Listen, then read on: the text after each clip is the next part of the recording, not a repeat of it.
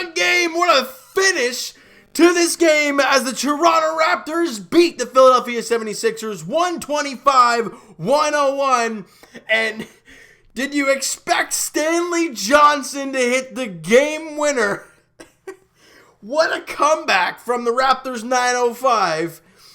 They were down by 10 with like 3 or 4 minutes to play. They come back and beat really the Philadelphia 76ers bottom of the barrel guys. But really, it was just an emotional game. The bench flying all over the place.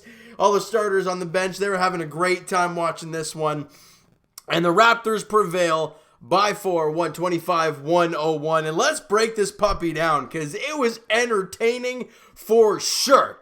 Now, first quarter, Raptors do not play very well. -7 in the first quarter, 32-25. Second quarter, 30-30 apiece. So you're down by 7 at halftime. But it's at one point in that second quarter, Raptors were down by 16. Not very pretty.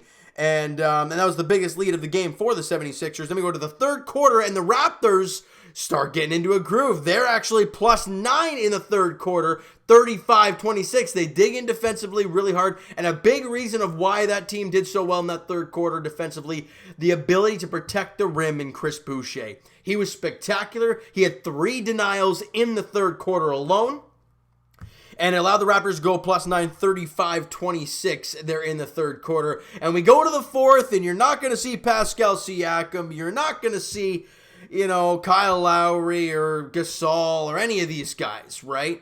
So you're going to see a lot of Boucher, Matt Thomas, guys that did well in the last game, and then a lot of the really low G League guys, Paul Watson, Dejuan Hernandez, Malcolm Miller, guys like that.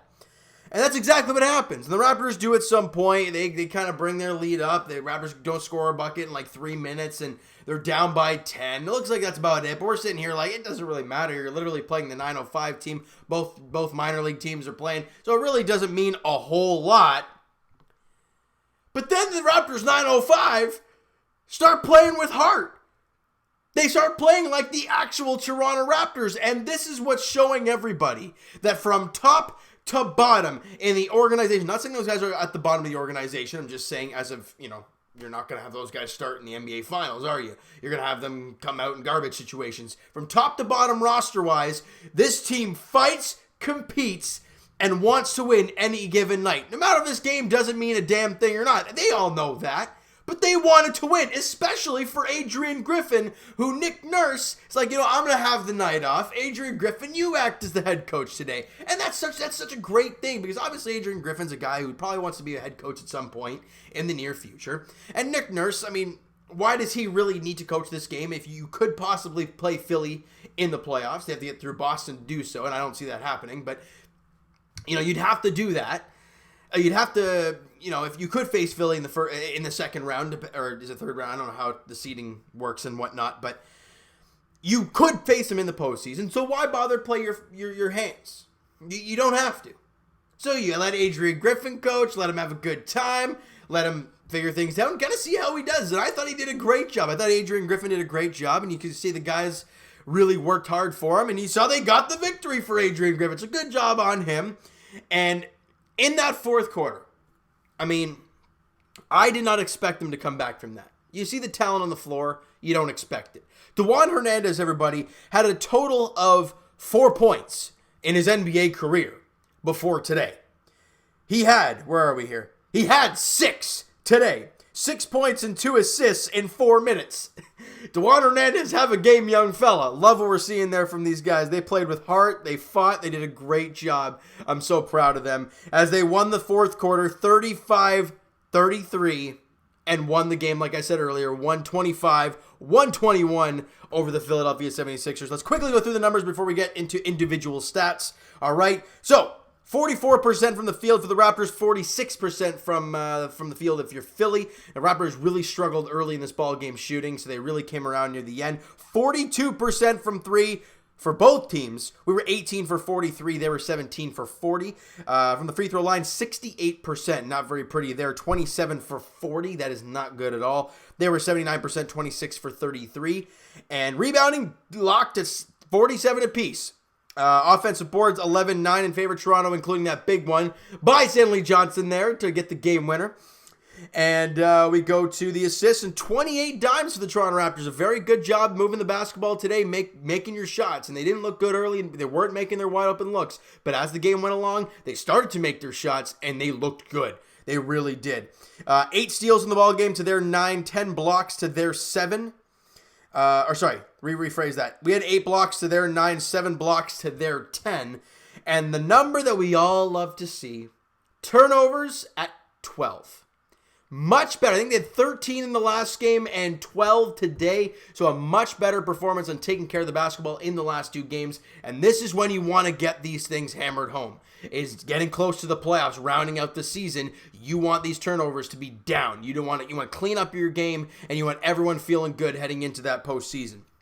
All right, points in the paint. Raptors crushed that 42-34. Second chance points, even though we only won the offensive boards 11-9, second chance points were 22-3 in favor of the Raptors in the fast break, 13-12 in favor of Toronto, and 21-6 in fast break points, in points off of turnovers by the Toronto Raptors. So big job there. And the biggest lead of the night, 4. And that's how the game ended. Big night for the Raptors. Great job there. Pascal Siakam had a rough night shooting the ball, but again, he came on a little bit in that second half, making some big shots. 15 points, 9 boards, 4 assists on 5 of 14 shooting, 3 of 7 from the free throw line. Not good there. 2 of 6 from 3. Had a block in the game, was a -4 on the floor. Again, not the greatest game for Pascal. He hasn't been the greatest here in the bubble, but I think when postseason time comes around, we'll start seeing real Pascal Siakam come back into action.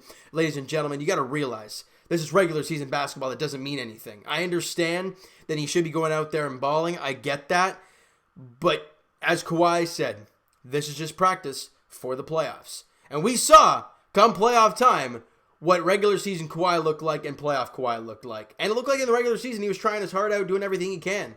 But then you see playoff Kawhi and you're like, there was an extra gear.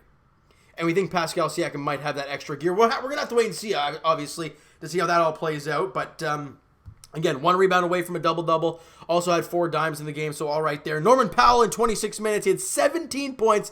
He's had some pretty good games lately. 17 points, 3 boards, 1 assist on 5 of 10 shooting, 4 of 5 from the free throw line, and 3 of 6 from 3 for Norman Powell. He was a +2 on the floor, so a great job by Norm.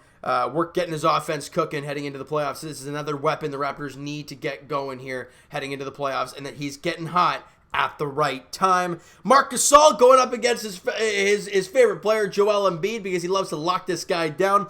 11 points, 5 boards, and assists on 4 of 8 shooting, 1 of 1 from the line, 2 of 4 from 3, 2 steals, and a block, and a -1 on the floor. And he held Joel Embiid in only 14 minutes because he left the game with a hand injury. 5 points, 9 boards on 1 of 4 shooting. That's just what Marc Gasol does. He locks up Joel Embiid and makes him very frustrated.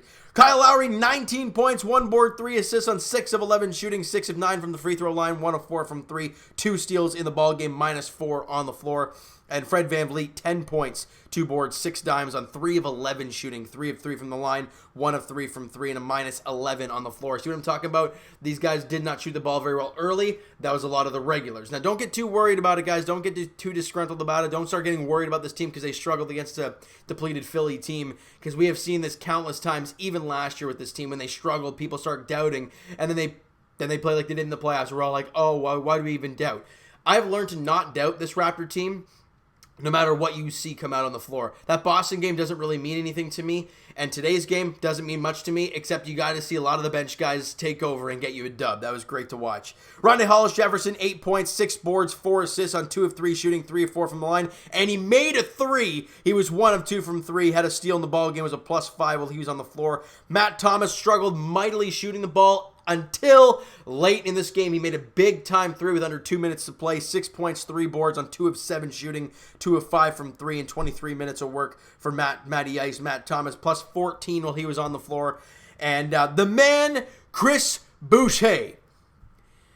We got to talk about this guy after I talk about his numbers here. 19 points, 9 rebounds. He was 7 of 12 shooting. He was 4 of 6 from 3, and he had a total of 4 blocks in this game.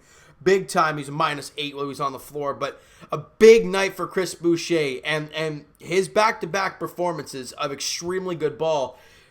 Look, he's playing right now to try and get some playoff minutes. We know what Marc Gasol is going to give you. You know what Serge is going to give you, but you might have to sprinkle in some minutes for Chris Boucher here and there. How they're going to do that, how Nick Nurse is going to do that, That's not my job to figure out. That's for his job to figure it out, and he's smart enough. He'll find a way because he knows. We all learned last year, guys, with Nick Nurse. If someone's hot, he's gonna play them. So he has seen what Chris Boucher is doing. We all know that he has now seen what Boucher has done in the last few games, and he's taken note of that heading into the playoffs. Obviously, you'll see him one more time against Denver on Friday afternoon. If he puts up another great performance, then it's going to give Nick Nurse many more weapons to play with. So a great job by Chris Boucher there this evening. Terrence Davis, I think it's back-to-back games he has fouled out. He played 16 minutes, 5 points, 3 boards, 2 assists on 1 of 6 shooting, 2 of 2 from the free throw line, 1 of 2 from 3. He had 2 steals in the ball game as an even player. Terrence Davis has mightily struggled here in the bubble, has not really hit the ground running whatsoever. But hey, again, come playoff time, he could be a guy that just comes out of the gate running and just comes out of nowhere. You never know. This guy has a lot of talent. We have seen it. We just got to find a way to get that out of him come playoff time. And Malcolm Miller played 11 minutes, didn't even take a shot. And here come the MVPs of this game. Here we go. Stanley Johnson, 9 minutes, 5 points, 4 boards, 4 assists in 9 minutes. He shot 2 of 4 from the field, 1 of 2 from the line, missed the 1-3 he took, had a block in the game. It was a +9 while he was on the floor. Great job by Stanley Johnson. Paul Watson played 5 minutes. He had 4 points, 1 board, 1 assist, took 1 shot, made 1 shot, had 2 free throws, made them both to lock up the game, had a steal in the game, was a +2 on the floor. And Dejuan Hernandez, former first-round pick of the Toronto Raptors, he played 4 minutes, had 6 points, 2 assists on 2 of 3 shooting, 1 of 3 from the free throw line. Took 1-3, made 1-3, big time for Dejuan Hernandez, and he was a +10 in 4 minutes to close out this game. That's the stuff you love to watch. I understand, in a game where it absolutely does not matter, watching guys like Stanley Johnson, Paul Watson, Matt Thomas, and Dejuan Hernandez go out there and come back from a 10-point deficit and get you a W, I mean, that's the stuff you love to watch. You saw the bench. They were hyped. You saw them hop. They were not sitting down at all. You saw OG going out there slapping Stanley Johnson with his towel. You know it's a crazy game when OG's got a ton of emotion going. You love it. You love to see it with this team, especially now going down the stretch and into the playoffs. You have a team feeling outstanding, top to bottom. It's exactly what you want to feel. Now, as I mentioned earlier, 1 game remains for the Toronto Raptors before they head on into their first round matchup against the Brooklyn Nets. Friday afternoon, 1:30 tip-off against the Denver Nuggets, all right? Once again, game doesn't mean a damn thing. You're going to see a lot of what you saw today. Starters for the most part. A couple guys you're probably going to see Pascal sit for a game because I don't think he's sat at all. You know, and maybe Serge again if he's still not feeling the greatest. I don't know what's going to end up happening, guys. All I know is the Raptors do play at 1:30. And hey, if they come out of that with a victory, they would have gone 7-1 in the bubble, and they would have been, playing all kinds of guys. And it's fantastic. And their one loss, it was a complete wash. So a great job for the Raptors. They have 1 game left. Just get through that game. If you can come out with a W, great. If not, oh well. We're heading into the playoffs playing the Brooklyn Nets in round 1, no matter what. All right, so you know what, guys? That is going to do it for this one. If you enjoyed the video and enjoyed this game there this evening, smack that like button. Do appreciate that. Hit the subscribe button if you guys have not already. Comment down below what your guys' thoughts were on the game today. What your thoughts on the video. If I missed anything, let me know in the comments. Please go do so.